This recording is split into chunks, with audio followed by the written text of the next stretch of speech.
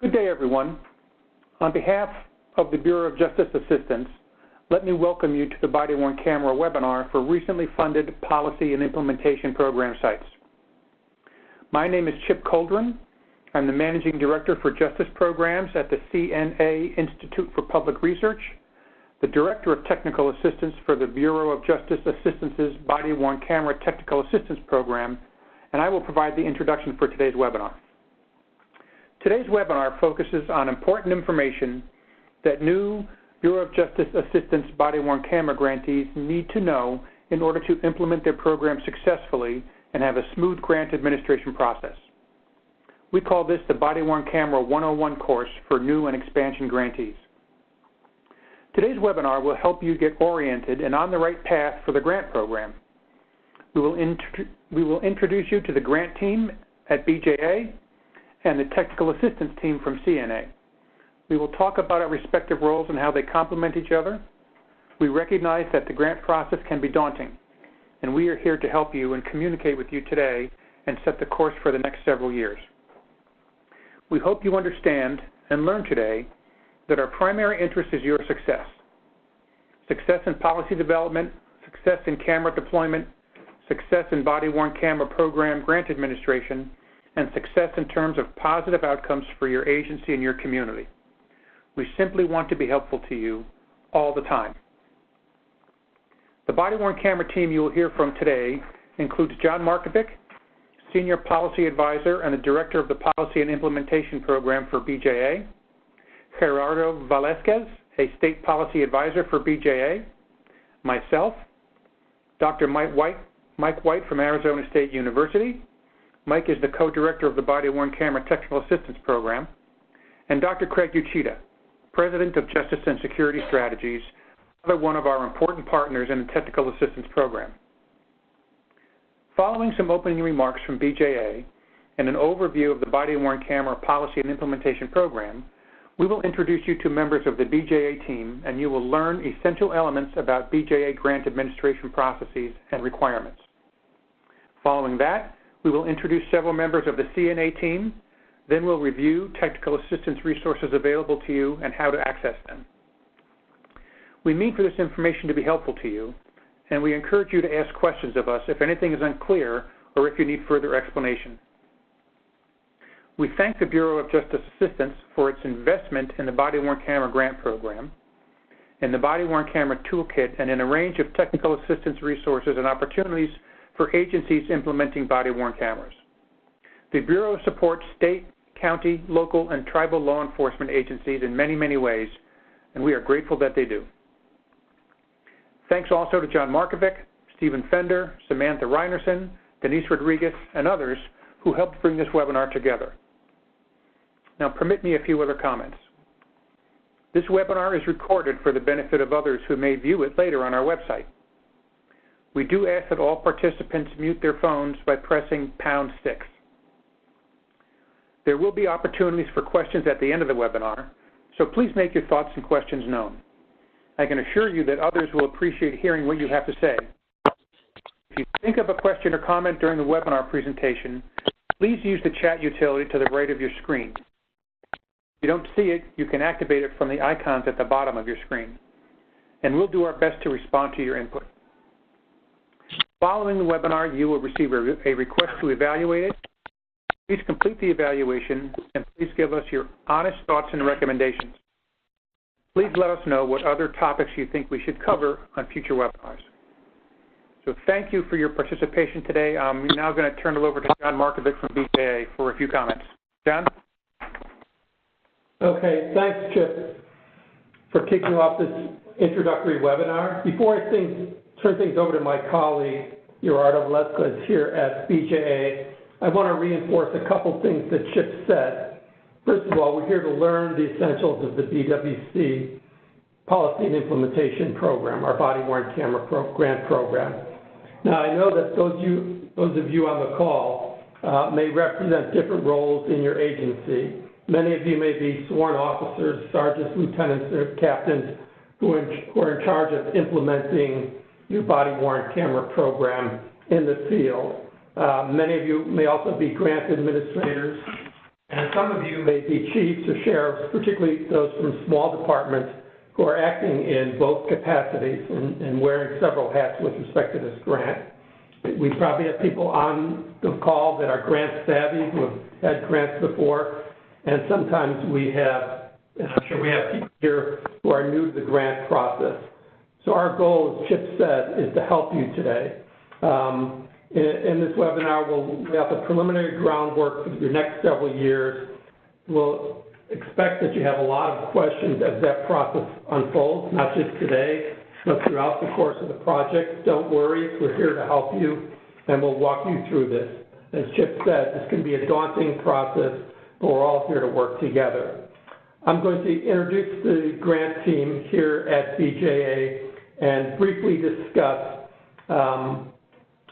what our role is at BJA and how it's distinct yet complementary to the training and technical assistance that will be provided by CNA and their partners. One of our state policy providers will provide an overview of the key grant administration processes and the expectations. So just to start off, to give you a little bit of background, and much of this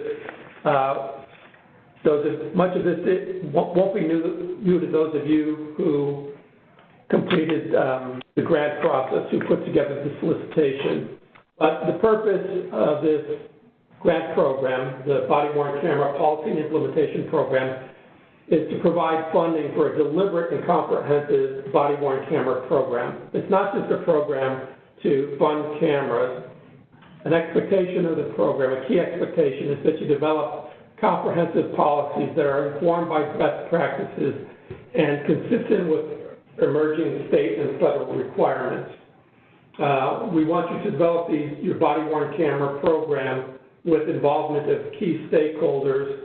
That includes the voice of your prosecutor as well as members of your community. We recognize that that's going to vary from community to community, but we want this to be a well-rounded, well-informed program implementation and policy development.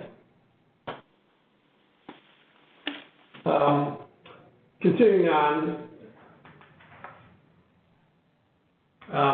a couple of other things we want to make sure that's done is that we build a community practice, that you implement body-worn camera policies that are informed not just by the law, but by the latest best practices, by research, and by technological innovations. Body-worn camera technology is changing rapidly, and we want to help you keep abreast of that. Very importantly, we want you to be able to achieve all the grant requirements.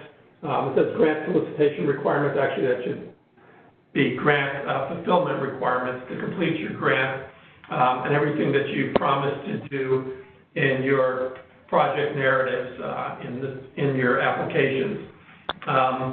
And lastly, we want to make sure that you procure your equipment within federal guidelines and according to your local purchasing rules and so forth. So we're going to walk through many of those things today.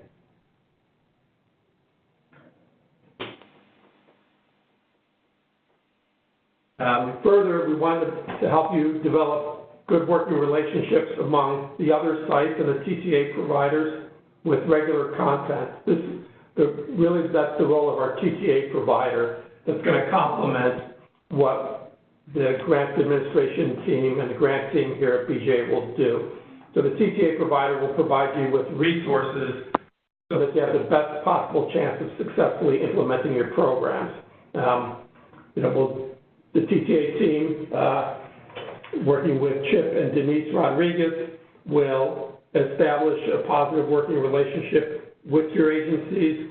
They'll provide for the structure and opportunities for you to learn, not just from them and their subject matter experts, but from each other in a learning community of practice.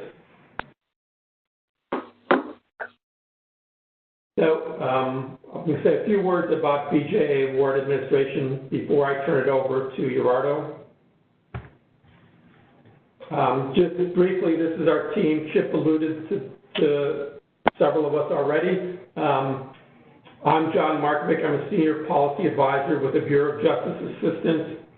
I'm the Justice Information Sharing Team, and I'm the lead for the PIP project from the policy or substantive perspective. My counterpart on the grant administration side, what we call the program side, is Stephen Fender, who's the division chief here at BJA.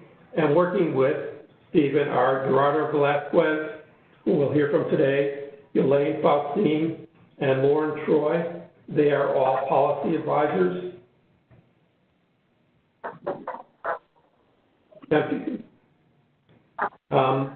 So our primary roles involve really all the questions regarding the administration of the grant, the fiscal element of the grant. Those types of questions should be directed to your state policy advisor, really one of the three people I just mentioned.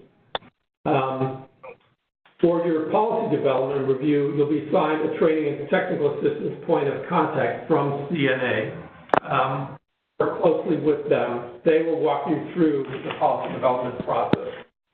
And the frequent contact with the TTA team is an important part of the policy review, but you'll still need to be in contact with your BJA state policy advisor for all other administrative inquiries, things like progress reports, special conditions, budget, no-cost extensions, and Gerardo will speak to those momentarily.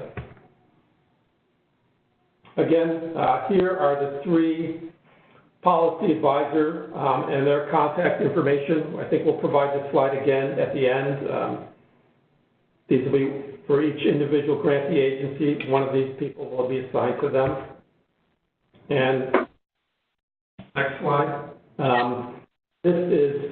Will give you a sense of who they are based on what state you're in. There are some adjustments to this, but this is generally, if you're with that state, that's who your state policy advisor will be. And then the next slide is simply that for those, the same data represented in a picture for those of you who are like me, who are more visual. Moment. Okay, now I'm going to turn it over to Gerardo, who's going to talk about the nuts and bolts of managing your grant, communicating with your state policy advisor, et cetera. Good afternoon, everyone. On accepting your body-worn camera award, for those that have not yet accepted, you have 45 days to accept from the date of the award, your award notification. Once the award documents have been signed by your authorized representative, please email those documents to the acceptance.acceptance@ojp.usdoj.gov link email. For any questions on acceptance and other fiscal and administrative matters, please contact your state policy advisor respectively. Next. Reporting requirements. The purpose of the progress reports is to identify your successes and potential areas of improvement, to help us understand your activity and progress, and to help us understand what funds are being used for. The performance management tool, this is completed in the performance management tool and submitted via GMS every 6 months. Your financial status reports. Body-worn camera grantees required to report their financial activity for the previous 6 months of their award, including expenditures and matching requirements. And this is completed in GMS quarterly. Progress reports and financial status reports due dates are fixed and cannot be adjusted. Late reports that are submitted after the grace period into GMS will automatically result in a withhold of funds placed on the award, which will be removed once the progress report or financial status report is submitted. Next, please. Financial status reports are due every quarter for the life of the award. Once the project has been completed, a final report should be submitted. Next.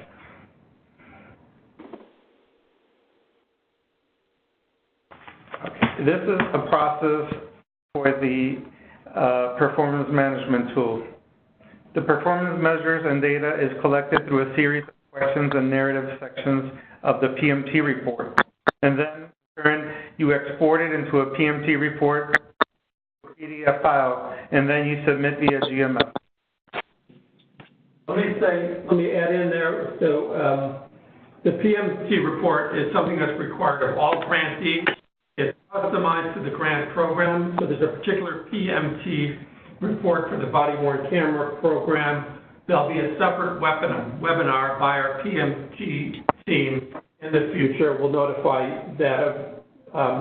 you of that, and your appropriate person, the person who will be submitting the PMT report as part of the progress report, should be the person who attends that webinar. A notification will be made. Thanks. Next. Importance of performance reporting. It demonstrates the success of your project. The more detail you can provide, the better we can ensure program success and future funding.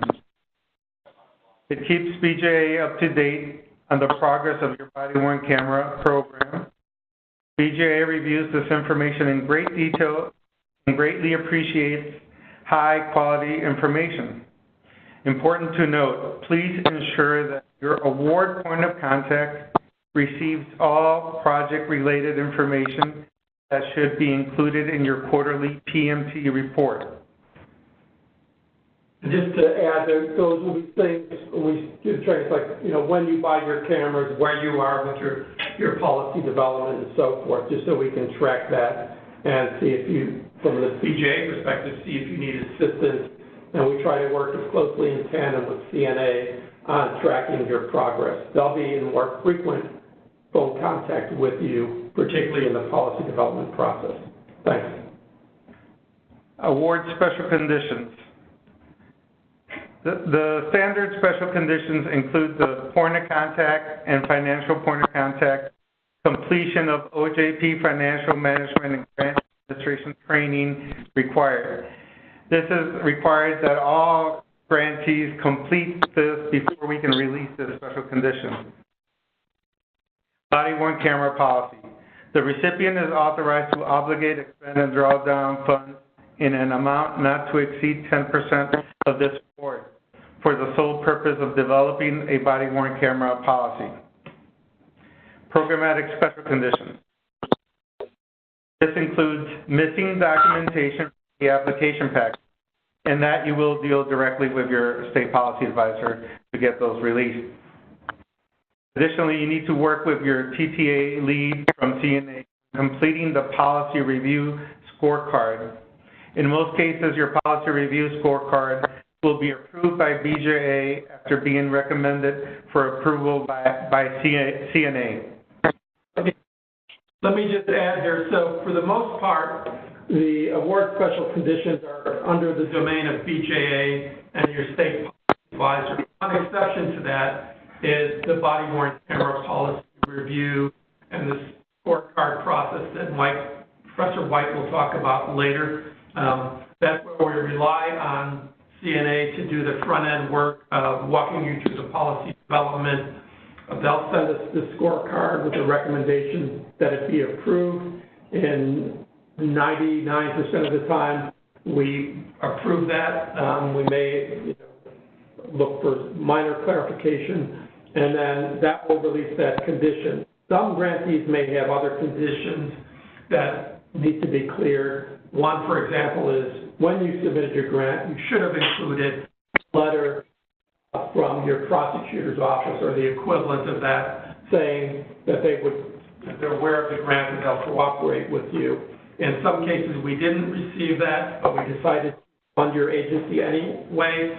So one of the things we want to do to proceed is to make sure you get that letter from the prosecutor's office in the grant file so that it's complete and won't cause any problems down the line. Thanks. And lastly, you work directly with your respective state policy advisor to clear other programmatic special conditions on your award. And grant adjustment notices, or GANs. Although you likely submitted a timeline and budget plan with your grant application, BJA recognizes that even the best-made plans sometimes need to be readjusted. BJA allows grantees to make changes through grant adjustment notices, known as GANs. GANs must be submitted if there is a major significant in-scope change, significant change in budget allocation, when additional time is needed to complete the objective of the grant. Today we will provide a brief overview of the process. In the event that you need a GAN, your state policy advisor will work with you on the particulars of your GAN. It is important to remember that the person to contact about GANs is BJA, your state policy advisor, not your TTA team or CNA.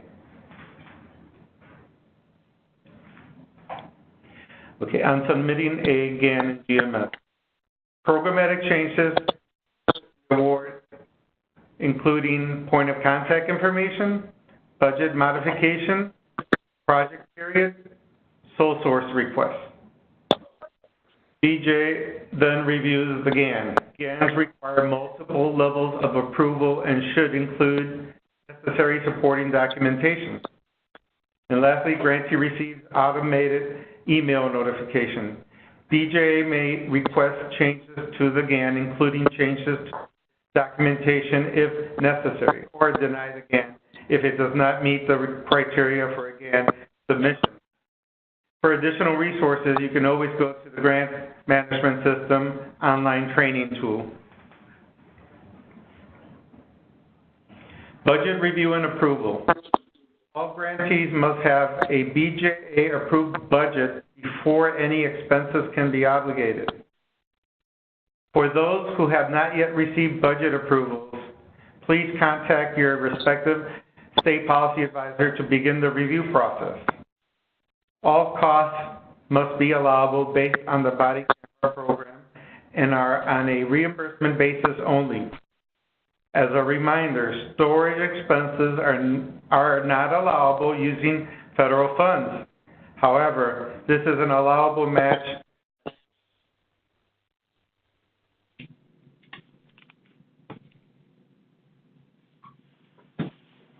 All awards require a 50% match dollar for dollar, cash or in kind. This can be met using any allowable expense.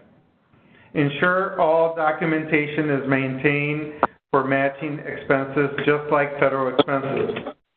And an important reminder, when considering personnel hours as part of your body camera project, please ensure that local funds are not supplanted with federal funds.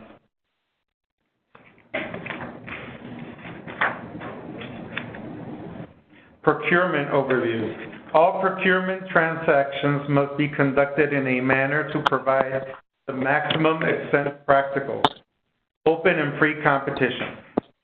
Grantees should follow their local state guidelines for procurement when deciding the specific processes for bids, timelines, and the scope of those documents. You may use your local state guidelines as long as these do not contradict federal regulations on procurement. There are certain circumstances that may call for other than full and open competition. These circumstances may result in sole sourcing contracting.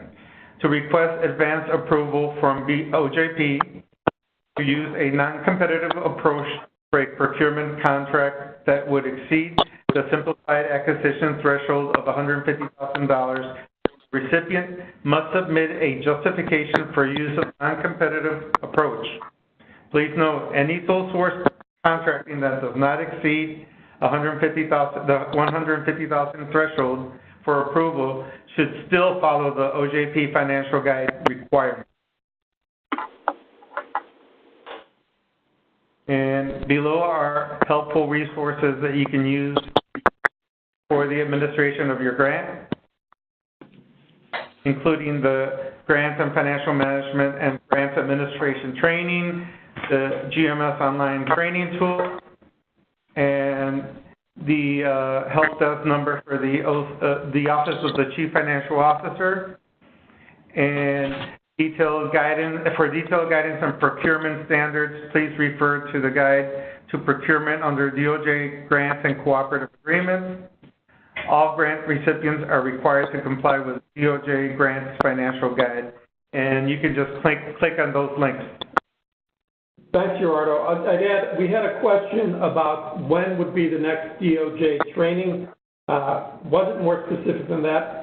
I assume that we're talking about the financial training seminars or the FMTS, and the next one will be taking place on March 26th through 27th in DC. There are other options to learn online, so you should look at that first link in the preceding slide. Thanks, Gerardo, for walking us through the grant process. I'm going to now turn it over to Chip Coldren. He'll be talking about the distinct but complementary training and technical assistance that you'll be provided through Chip, Denise, and their team. The purpose and goals of the Training and Technical Assistance Program, as you've heard, for our primary concern is to make sure that you're successful in the implementation of your programs. We have a couple other things in mind that we want to make sure take place during the course of your implementation. So it's important for us and for BJA that we document your experiences, your accomplishments and successes and positive outcomes, challenges that you face and how you resolve them, maybe some unanticipated things that come your way, and disseminate that information to the other police departments and communities around the country that are implementing body-worn camera programs and do not have the benefit of a grant. So while the work that you're doing is important to you and your community, we view this as important work that will inform the rest of the policing field regarding body-worn camera program implementation. It's also important for BJA to learn about your experiences, because what they learn from you will inform their body-worn camera-related grant programs in the future. And as you'll hear in more detail in a few minutes, one of our primary goals is to assist you in the development of your body-worn camera policy and work with you to help you complete policy review so that the remaining funds can be released for your program. So several members of the team at CNA include myself, Denise Rodriguez, who several of you or many of you may have heard from already. If not, you'll hear from her very soon. She's our project manager. We have three advisors. Tom Woodmansee is a senior advisor in law enforcement. He's a retired lieutenant from the Madison, Wisconsin Police Department. Charles Stevenson is a senior advisor in technology issues. He's a retired military communications specialist. And another technology advisor is Elliot Harkavy, who's on the CNA staff. Samantha Reinerson, you've heard her voice today. She helps us put together and run these webinars and does a lot of other work in the background regarding resource delivery and coordination.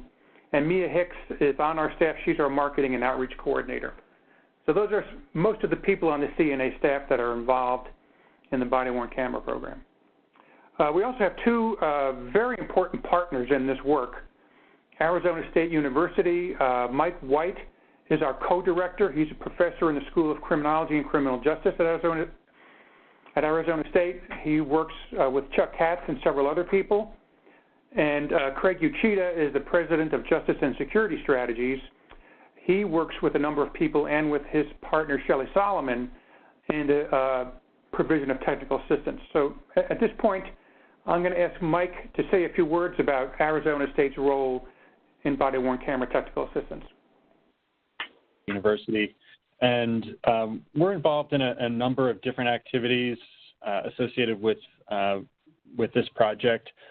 Given that we're at a university, a lot of what we focus on is the research side of things, but we're also intimately involved in the policy review process, putting together webinars, presenting at meetings and things like that. So you'll be hearing a lot from us in that regard.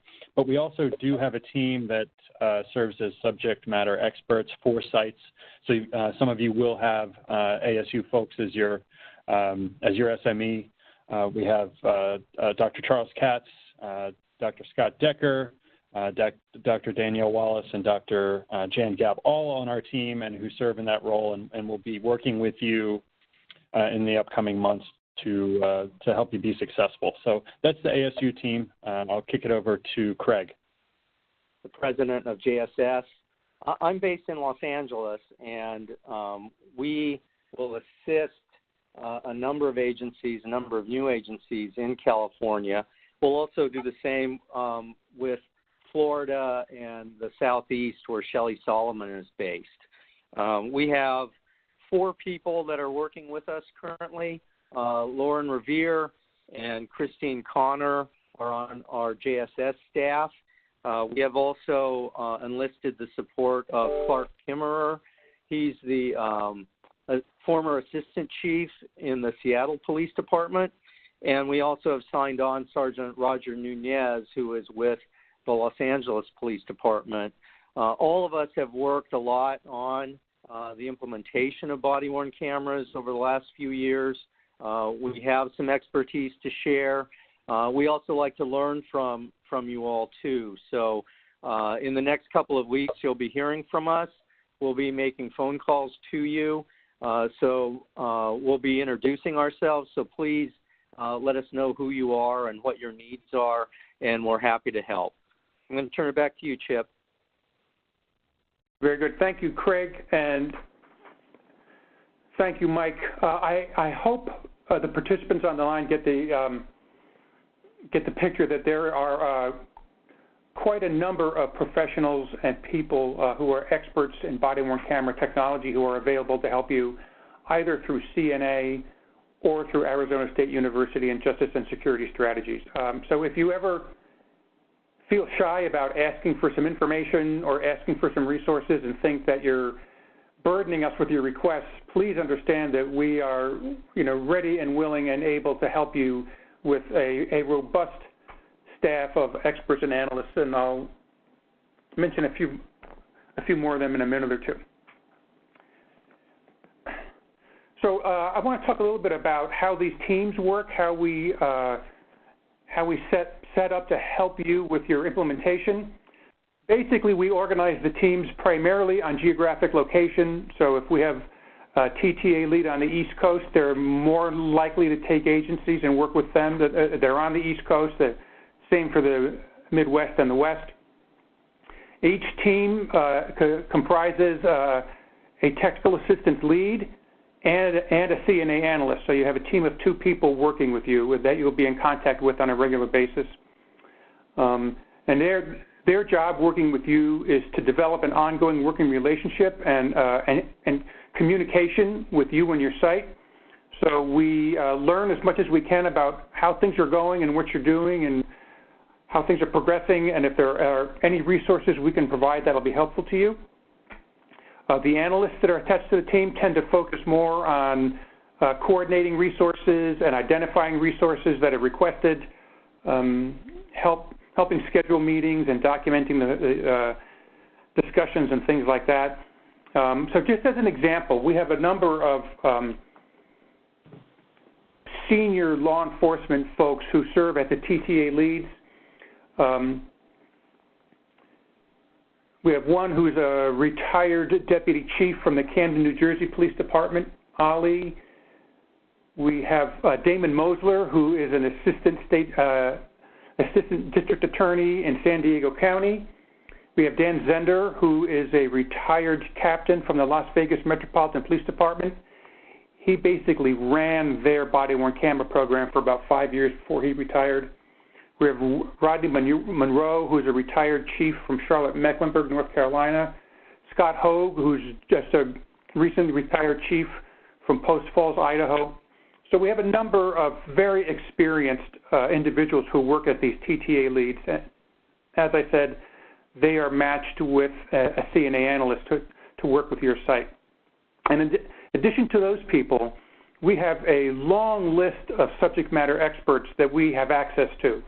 So I don't want you to think that if you're assigned, say for example, if you're assigned Dan Zender as your TTA lead, that he's the only person that you can get assistance from. If you have a question or a need for information or a request that Dan can't handle himself, then he has access to this broad network of experts and helpful people across the country that he can guide to your site. So please think of it more broadly, and please understand that there are many resources at your disposal as you go through your projects. Next, please. So the way that technical assistance is identified and delivered has to do with this process that we work on. Fairly soon, you'll be introduced to your technical assistance team. There'll be an early conference call to introduce yourselves to each other and to discuss how you're going to go about getting your policy reviewed and approved. And then there'll be established a regular series of phone calls. Typically, they're on a monthly basis. Sometimes they're more frequent depending on what's happening at the site. But they will be in touch with you to discuss a number of different issues, including policy development, community outreach, outreach to other criminal justice system stakeholders, training issues, technology problems, procurement issues, other partnerships, and any other topic that might be helpful to you. Thank you.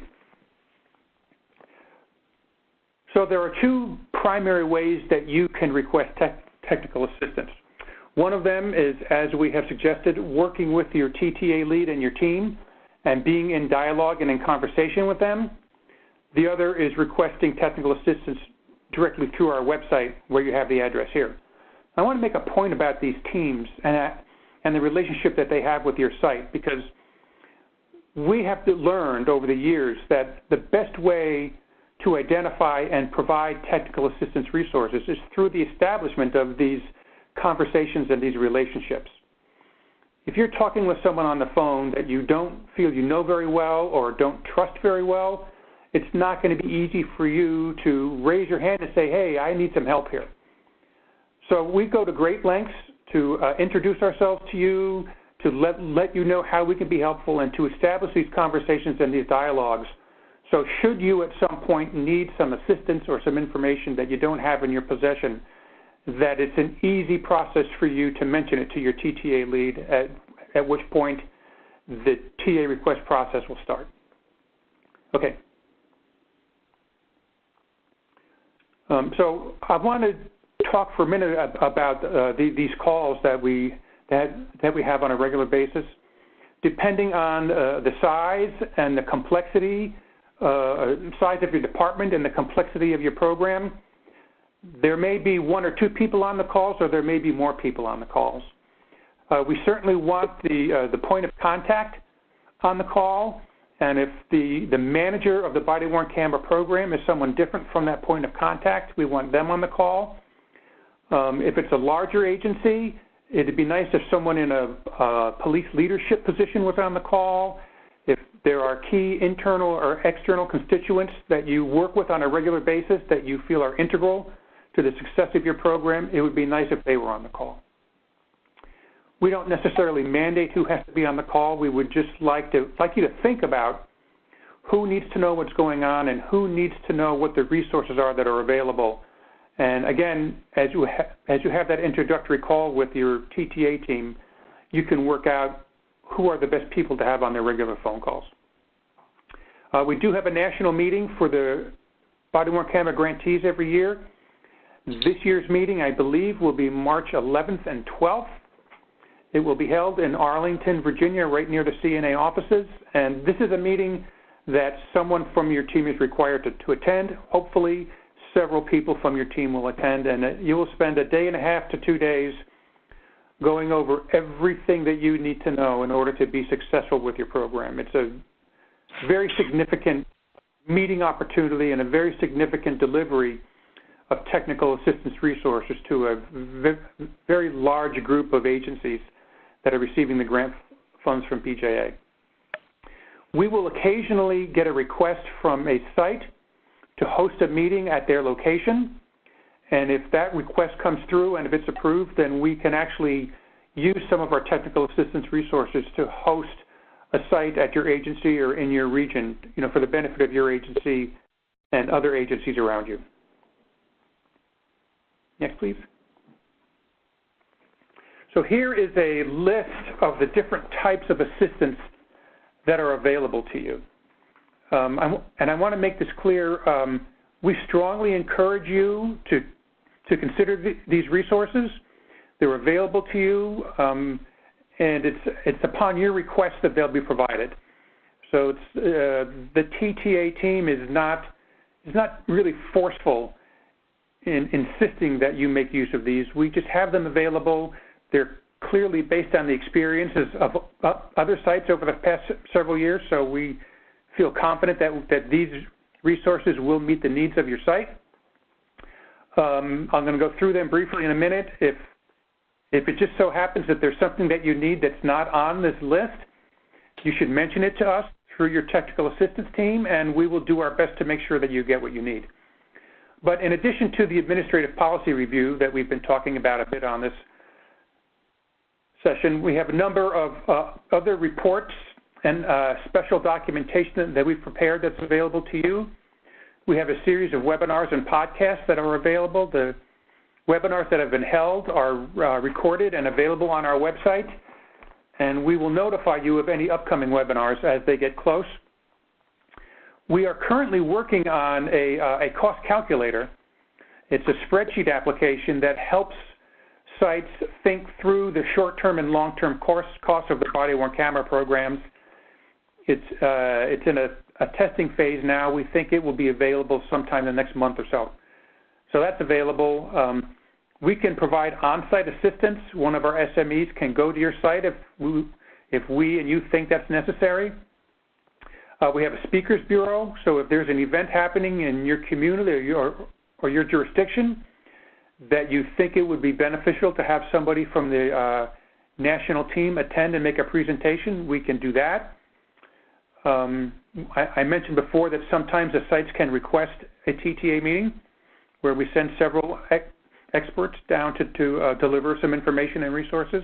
It's also possible that we can match your site up with another site that's working on similar issues or similar problems, or that has worked through them before and we feel has been fairly successful at it. So it's also possible to request that someone else come and work with you, or that you go visit another site to observe and talk about body-worn camera issues.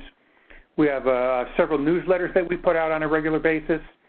We have some in-view commentaries also available on our website that are experts from the field discussing various aspects of body-worn camera program implementation. And we have the Bureau of Justice Assistance Body-Worn Camera Toolkit website, as well as a CNA-sponsored TTA website that you see there. So I thought I might just walk through a couple quick examples of assistance that's been provided or that we have developed over the past few years, so maybe this will come to life for you a little bit. We have a generic template for generating requests for proposals during a procurement process. So if you haven't done one of those before and you are looking for an example, we can provide that for you. We have another training guide where we have reviewed a number of agencies and departments that we think have done an exemplary job in terms of developing and delivering training on body-worn cameras to their officers. So we have a resource available to you around training. Mike White and his colleagues from Arizona State University have now done several reports. Each year they take all of the policies that have been approved by BJA and they review them. They look at key issues like activation and deactivation and when to notify people that cameras are on, and when officers are and are not allowed to view their body-worn camera recordings. So we think that's a very helpful resource. I mentioned the cost calculator. Craig Uchida and his group have been working on some technical assistance resources around redaction and body-worn camera analytics. We've developed some materials around body-worn camera research that's been going on around the country. So in addition to these things that are listed on the slide here, there are a number of other resources that we have developed that are available to you. And I'll just stress at this point that it's that relationship and that conversation, that regular conversation that you have with your technical assistance lead and your analyst that will help you understand which of these resources might be most helpful to you and how to gain access to them. Next. Okay, and now I'm going to ask Mike White to step back in here and talk for a few minutes about the policy scorecard and the policy review process. Mike? Thanks, Chip. So one of the first tasks that you're going to engage in is to go through the administrative policy review process. And the centerpiece of this is the scorecard that we've created. And the scorecard is designed to essentially rate the comprehensiveness of your body-worn camera policy. And the principle that we're working from here is pretty straightforward, and it's simply that a good body-worn camera policy will translate into good body-worn camera practice. So a good policy is essentially the foundation of a good program. So the scorecard is it's pretty simple. You see a piece of it on this slide. It's an Excel spreadsheet. And what it does is it covers 9 different areas of body-worn camera policy and 36 specific policy issues. And for each of those 36, it's a simple, you get a 0 or a 1, a no or a yes based on whether your policy covers that particular issue. And what happens is your subject matter expert will work with you in a collaborative way to help you complete the scorecard. So this is not adversarial in any way. It's not a test that you're taking. We're here to help. Your subject matter expert will work with you to get through this process. I mentioned that there are a total of 36 specific policy issues. You'll see that some are in red on this slide. In fact, there are 13 policy issues that are in red. These are mandatory items, and these are the ones that you really need to be focused on because your policy passing this review process is contingent on meeting those 13 items. We collect the information on the other issues for some of the work that Chip had mentioned in terms of tracking policy issues. But for you to get through the policy review process, it's hinging on those 13 issues. And the last point I want to make about the scorecard, other than, again, it being very collaborative and you'll have lots of help and support, is that this isn't prescriptive or directional at all. The idea here is that it's just an assessment of how comprehensive your policy is. And one example I like to use to demonstrate that point involves citizen notification. So what does your policy say about notifying citizens that they're being recorded? Now, that particular item is a red item on the scorecard, which means it's mandatory. And the item on the scorecard is very simple. It says, does your policy provide guidance to officers on citizen notification of BWC recording? That's it. Yes or no. Does your policy provide guidance? You determine locally what that guidance is. So we won't impose that on you. BJA doesn't impose that on you.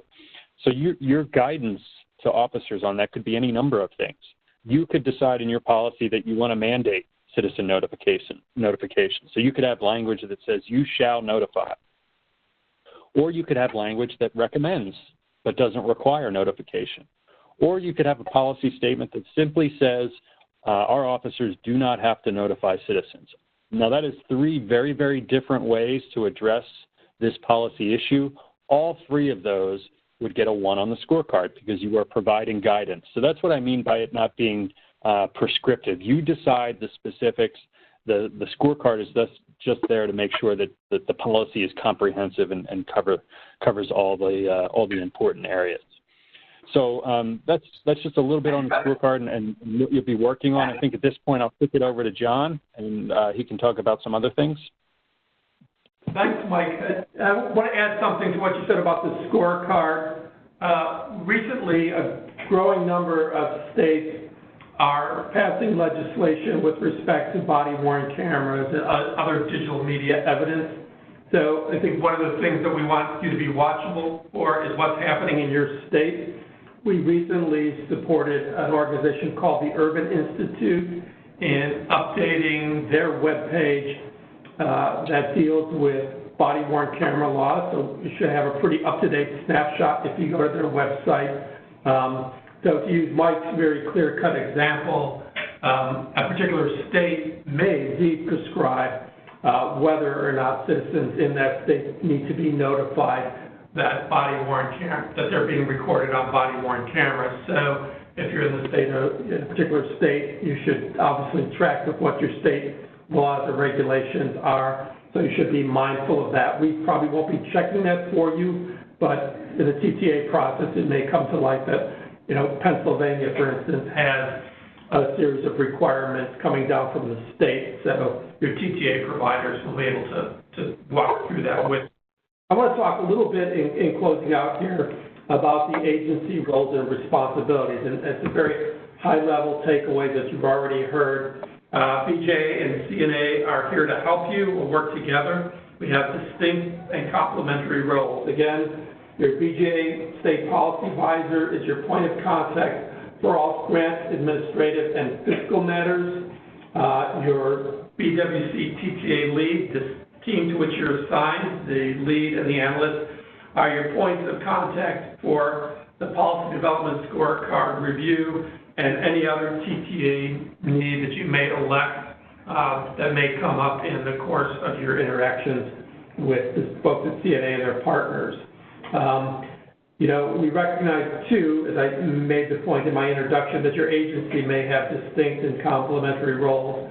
Some of you may have the luxury, particularly larger departments, to have an implementation lead, maybe a captain, a lieutenant, or a sergeant who's responsible for getting the body-worn cameras out in the field, arranging for training and procurement and those types of things.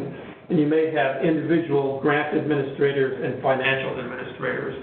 We want to make sure that you're all in communication internally in your organization so you can have the information regularly reported on your performance management, your progress reports, and your financial management form. So if you're deploying cameras, the person who's going to the grants management system should be aware of that so he or she can reflect that in their report. Next slide, please.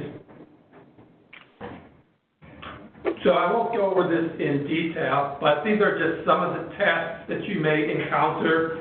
And basically in the green is what the CNA TTA provider would be responding to. The stuff in the blue is what BJA would be responding to.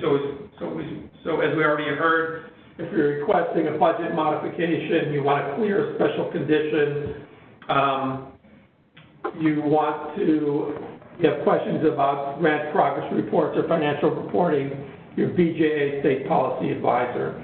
Other things like policy guidance and scorecard review, if you need tips on working with your prosecutor, if you want to find out about an agency near you who's doing a really good job of training their officers on BWC use and policy, your first point of contact, your point of contact in general should be the TTA provider. Next slide, please. I alluded to this before, but you should identify the key players in your organization, communicate often with them. Make sure you know who your BJA State Policy Advisor is, their name and contact. Same thing for your CNA TTA lead and analysis. Don't be afraid to reach out to any of them or to myself or Stephen Fender with questions, and just make sure you communicate internally. Sometimes people leave, and you should, if you're a person with a role in this grant, you should do what you can to assure continuity if somebody else takes over your position in managing one aspect of this grant or another. Next slide, please. And besides working internally within your department, make sure you're reaching out to your local stakeholders. You should be talking to your prosecutor's office. We've got some tribal agencies, some correctional agencies, and some other agencies who may not have a county prosecutor per se, but you should have somebody equivalent to that. If you're having trouble identifying that person, we can help you. You should be working with the community stakeholders you have. Some of our agencies work with a lot of community stakeholders. Some may not need to do that depending on the type of community, how involved the community is, what the issues are in the community. So you should be attuned to your community and reaching out accordingly. And invite those stakeholders to engage them in your policy development process to the extent feasible.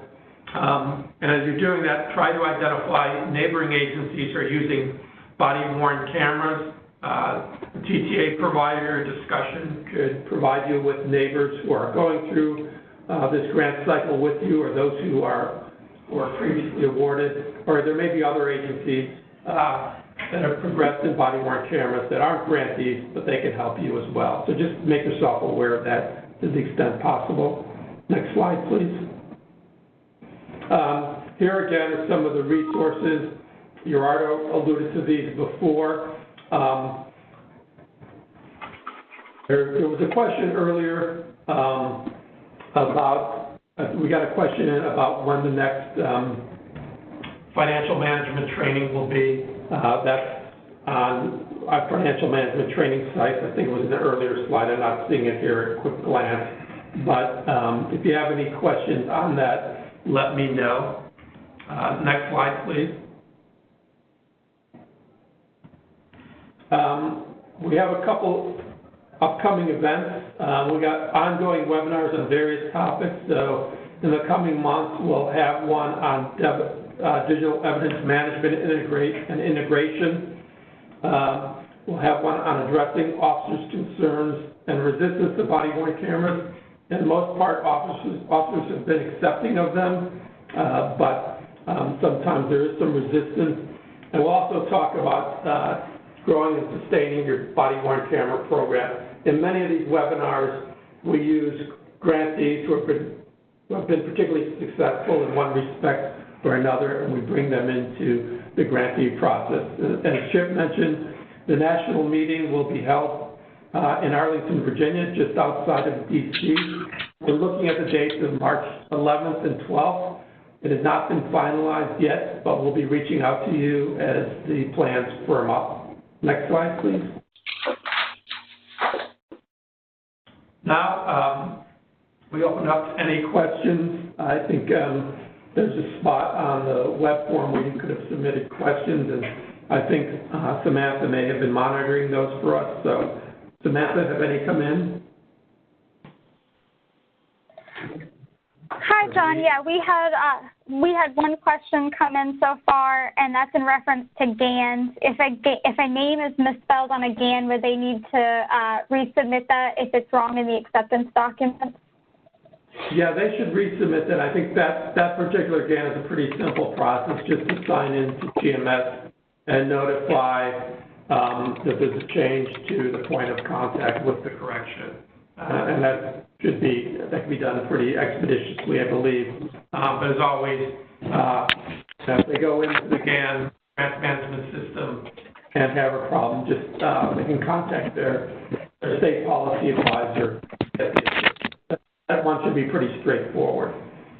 There are other types of GANs that get more complex, a budget modification or a change in scope, and Gerardo covered that.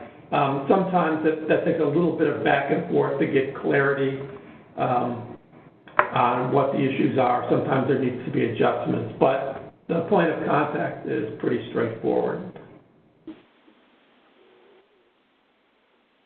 Anything else? Any other questions come up? Well, with that, I'd like to thank everybody for taking their time, all the participants from CNA and BJA here.